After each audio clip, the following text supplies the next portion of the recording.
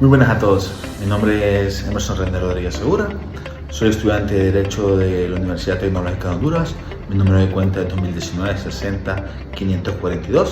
En este momento les vengo a hablar un poco acerca de la conclusión de los tratados internacionales, pero mi información les sea de mucha utilidad.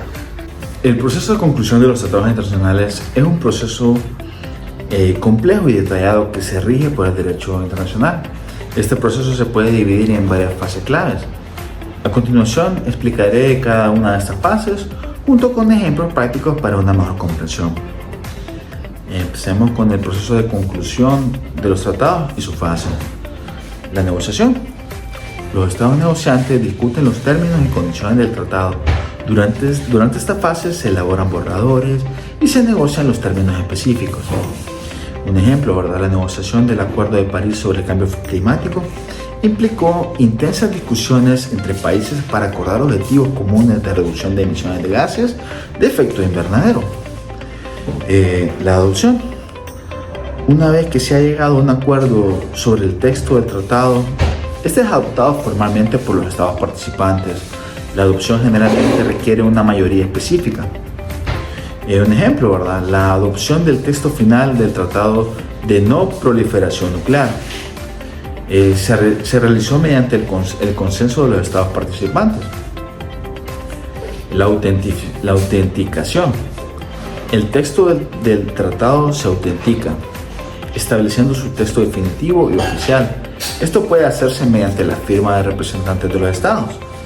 Un ejemplo, ¿verdad? La autentificación del Tratado de Lisboa se realizó mediante la firma de los líderes de los Estados miembros de la Unión Europea. La firma.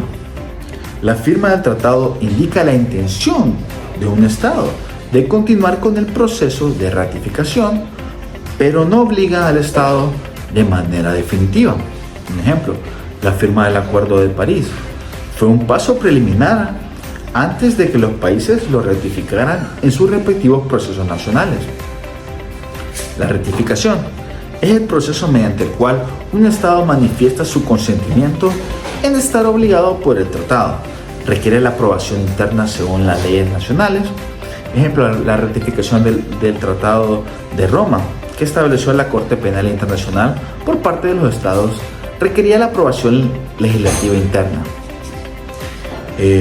Depósito. Los instrumentos de ratificación, aceptación, aprobación o adhesión se depositan ante un depositario. Ejemplo, los instrumentos de ratificación del Tratado sobre el Comercio de Armas se depositan ante el Secretario General de las Naciones Unidas. Entrada en vigor.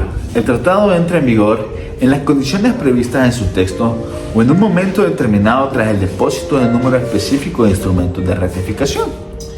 Un ejemplo, el Acuerdo de París entró en vigor 30 días después de que al menos 55 países se sumaran.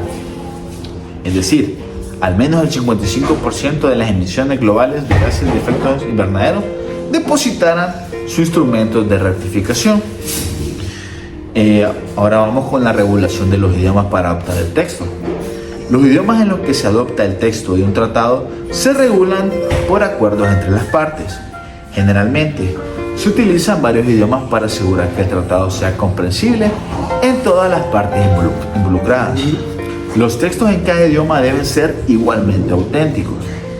Ejemplo, la Convención de Viena sobre el Derecho de los Tratados está disponible en 5 idiomas, que son inglés, francés, ruso, chino y español, y en todas son igualmente auténticos. Las clases de firmas que se utilizan. Firma sin reserva de ratificación. Indica la intención de un país de quedar obligado por el tratado tan pronto como lo firma, sin necesidad de ratificación posterior.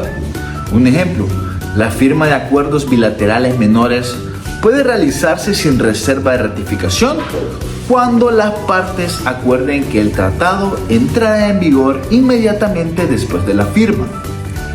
Está la firma sujeta a ratificación.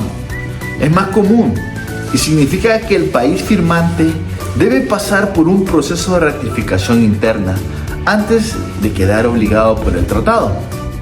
Un ejemplo, La mayoría de los tratados internacionales importantes, como los tratados de derechos humanos, son firmados sujetos a ratificación.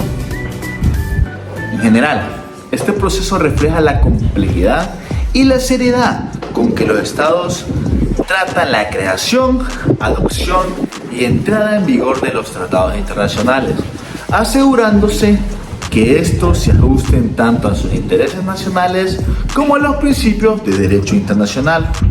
Sin más que decir, y esperando que mis palabras les sirvan de mucho, me despido de ustedes, les envío un fuerte abrazo y saludos a todos.